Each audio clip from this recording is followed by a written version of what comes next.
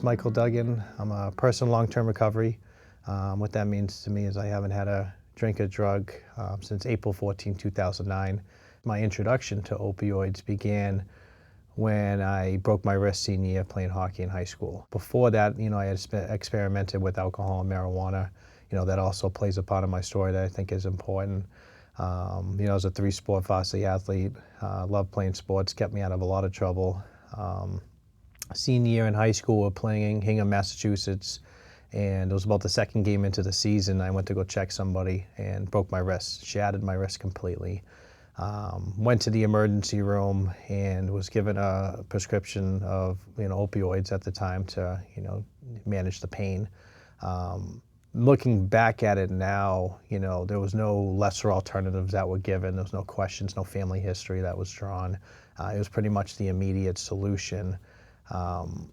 Because of my injury, I had nerve damage and I lost feeling in my fingertips, so I had to go back and get surgery on my wrist and also get the nerve damage repaired. And the solution after that was another prescription for opioid pain medication. So there was a lot of access to the drugs initially from the doctors, and I didn't really understand the immediate dangers to these drugs at all.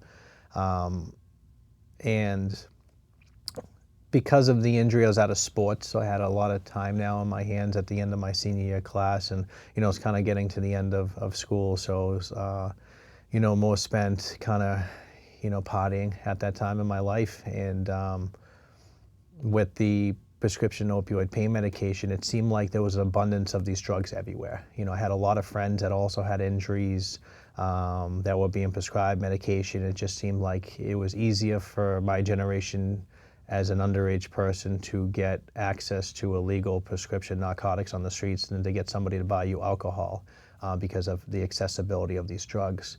And when you hear heroin, heroin has such a name branding effect that terrifies a lot of people. But when you hear things like Percocet or 30s or Oxycontin or 80s or Jams, it didn't have that same effect. I mean, we really didn't understand the seriousness of these drugs and how they would completely take over your life once becoming addicted to them. So eventually, at first I didn't know that I had a problem to them. I didn't know I was addicted to them because I had a steady supply, that was being given to me. And then I remember I went away on vacation that summer, and my girlfriend's family had a house in Old Orchard Beach in Maine. And she invited us up there for vacation for the weekend, and we went up there, and I forgot to bring something with me. And I remember the first night I was just deathly ill in withdrawal. It was the first time I ever felt any sickness like this. I was, just, hot sweats, just, crawling out of my skin, tossing and turning, just, completely restless and irritable. And I knew that, it was because of the drugs. So the entire time as I'm feeling these physical symptoms, there's also a mental obsession that I need to get something quickly to make myself feel better again.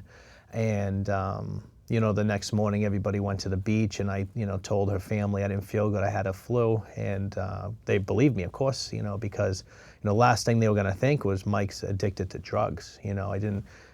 We have this, image of what a drug addict is, but the reality is there's no such thing. Addiction doesn't discriminate. Doesn't matter who you are, where you come from, what you look like.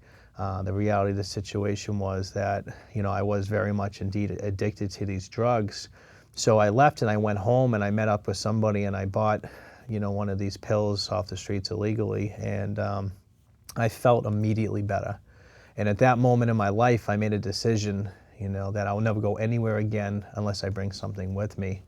And that's a real sad realization for a young 18-year-old kid to make in his life, that he's such a prisoner to these drugs that he can't even go away on vacation without taking them.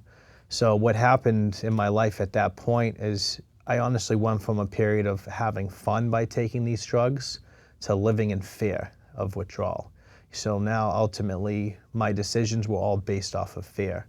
And the only way for me to go to school and go to practice or go to work was I needed to take these drugs to just feel normal. So it wasn't even the thrill of getting high, it was just to feel normal on a daily basis, to function, normally in society. So, It just really started to spiral out of control at that point for me.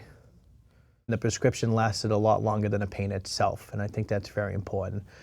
There was lesser alternatives that should have been given.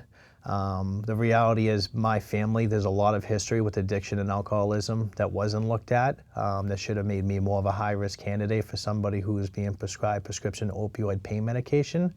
Back when my parents grew up, or even my grandparents grew up, if you broke your wrist, you were given Tylenol. You were sent home with Motrin. You weren't given, the most intense or strongest version of pain medication that's not necessarily for somebody who's, just in that situation. Last year, actually, it was about 2 or 3 years ago, I went to an urgent care because I had a bad cough. And they tried to prescribe me 100 milligrams of codeine syrup. I mean, that should never happen, and I think it's important for people to understand that they need to be aware of these things and not necessarily take the prescription that's given to them, but ask questions.